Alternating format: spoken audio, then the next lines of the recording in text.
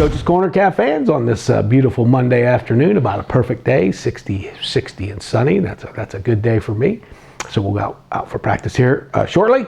So we're going to review the Marion game, talk about the playoffs a little bit, preview the Indian Lake game, and then our spotlights this week. We're going to talk about the band and the cheerleaders briefly. And then Troy Milligan and Andrew Jones are our last two seniors that I'm going to spotlight today. And so we'll cover those things. Before we get started, Mike brought me a good tidbit fact here. This is our 29th year in the playoffs and 27th consecutively. We had a couple early in the in the early 90s, and then in John's first year we made it, and then there was one year we didn't, and then 27 straight. So that is a state record right now. So we're proud of that, and hopefully we can make a good run at this thing. At the high school level, we finished the season at 21-3 as a group. As a group, I believe the JV were 7-1, freshmen 5-1, and varsity 9-1. Obviously, we don't like those three losses, but I guess before the season, if you'd say we were 21-3, we would probably be okay with that. So good. Looks good for the future with a JV team basically that was all sophomores and most of our juniors playing varsity. So hopefully we can continue to keep the expectations high and do well again next year once this tournament run is over. So looking back from Friday night, the Marion game on a blustery, I guess it wasn't cold at all, kind of rainy, but didn't really affect the game too much. Marion game score 14-35, unfortunately for the Cavs. I feel like after rewatching the game that it was a lot better game than that, a lot closer game than that. 14-7 at half, and we gave up a touchdown right before the half, and we almost got a chance for a score and a field goal at the last couple plays of the half, and we didn't convert. But just some 4 or 5 plays throughout the game that make the difference. And in those good games against when you play good teams, whoever makes those big plays in the right moments typically wins those games. So they had 3 or 4 play action passes that you got to give them credit for running them. And for us, we got a little nosy and situationally there were a couple plays that on 2nd and long, 3rd and long that we gave up long passes, which is not characteristic, and obviously that's not a good thing. But give them credit; their quarterback threw them right on the money on those long passes, and they took advantage and scored on those. But like I said, if you look at the yardage and rushing wise, it was about even. If you take away our sacks, we probably had more rush yards. I don't know when the last time they've had less than 100 yards rushing, but I think they had 75 or somewhere around there. So we did a really good job stopping the run. Overall, I think we had 20 more total yards. We converted pretty well on 3rd downs and 4th downs, and we just didn't convert, like you would want to. And give them credit again. They got us stopped when they needed to with a couple turnovers and a couple 4th down stops. So a good game. Hats off to them. And hopefully both of us can make a really good run in this playoff situation here. So this week, Indian Lake comes to town, so we do get one home game, and I guess it's possible, depending if there would be a big upset, I guess, in the two teams that we're going to play, the team that we would play if we can win. But so Indian Lake is coming to town. They are currently 7-3. They won Friday night in a real close game against North Union, who we played last year in the first or second round here at Coldwater. We do have 2 common opponents. They played Anna in week 2, I believe. Week one. Then I guess Anna played Brookville week 2. But they played Bell Fountain, who was in their league. They lost both of those games. Anna, I think it was maybe 35-14, something in that range. And Bell Fountain, I want to say 41-19. I can't remember exactly the scores, but something like that.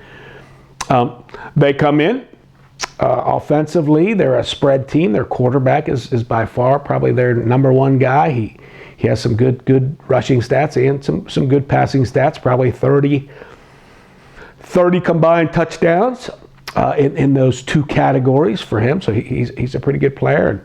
And defensively, they are a 3-4 team, although they mix it up a little bit when just watching them. If there's a wing or a tight end, they change their front a little bit. But basically, they're a 3-4 team, which in today's high school game, it seems like, especially in our league, almost everybody is some form of 3-4.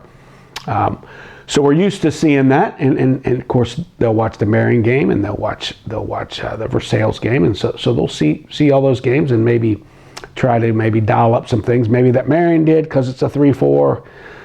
But I guess you wait and see if we can figure it out and find those plays that we think can work. I guess one of the concerns is always when you lose your last game going into the playoffs, are the players okay? Can they come back? Can they mentally come back, especially after such a tough loss? And, you're hoping that you're going to be the league champ and you're not. So I guess after Saturday meeting with them, feel like they seem to be okay. And then the O-line met this morning, so that's a good sign that's not a usual meeting time. So they're into it. And so I think they'll come back. We are healthy, so we feel good about that. All of our starters are feeling good. Trent Ebbing has been out for about 5 weeks, and hopefully we can maybe get him back next week. He's one of our guards and six linemen that can play at that varsity level. So looking forward to Indian Lake coming to town Friday night at 7:00. Spotlight. I'm gonna go with the band and the cheerleaders today. So Dan Ruckman is our band director, and I guess he's been here for I'm gonna throw out almost 20 years now. So he does a really good job, and they always have good numbers and have fun with it and travel all over and so we have a pretty good relationship with our band, and they do a heck of a job. So thanks, Dan. And Kim Stoltz is our cheerleading advisor, and again I'm gonna throw out between 15 and 20 years.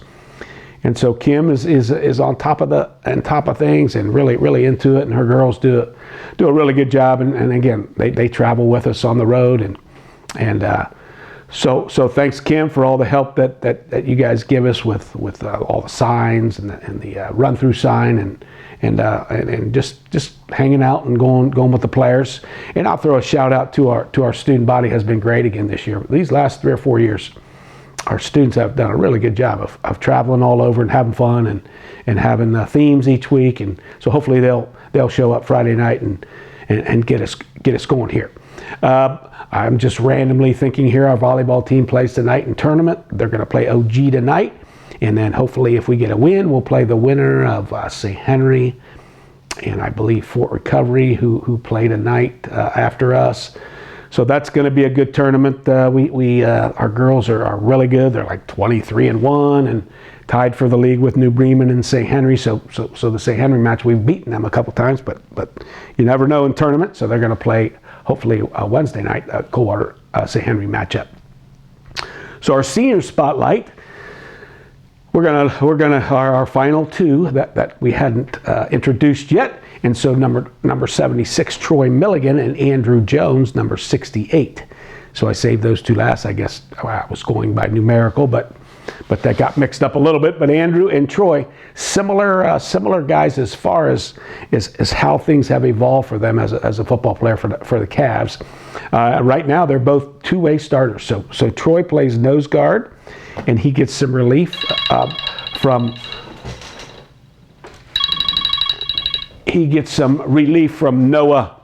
from Noah Welsh to get his breaks. And Andrew Jones has been a warrior all year long. He's playing offensive tackle and defensive end, and he's been out there almost every play. Neither of them play special teams, except I guess on PAT field goal. But so those two are kind of what our program's all about, right? They waited their turn. Troy was not a starter last year. but really did a really good job. He had a really good wrestling season last year. He got hurt last year. He hurt his ankle, so could have maybe been a varsity guy last year. But he came back this year and is starting two ways and just doing a really good job for us. And then Andrew was a starter last year. He dislocated his shoulder last year and ended up having surgery right after the season, and then rehabbed, and he's having a heck of a year at defensive end and offensive tackle. We have a phrase called TED that we started way back in, I think it was 2013, I guess. I think it was. The season of 13, and the TED stands for toughness, effort, and discipline, and that's what it takes to get where you want to be, and that's where these two kind of reminded me of that they're both tough kids. They give great effort, and then they've really learned how to be more disciplined over the years, and that's what made them both of them two-way starters, and hopefully, gosh, we can keep those two healthy, and hopefully we can make a run and get some more games under our belt here, and hopefully 6 more actually, if we could make it to that final game. So Troy Milligan and Andrew Jones are our spotlight players. So Friday night, Indian Lake, the Lakers are coming to town, 7 o'clock. Hopefully you can come and make the game.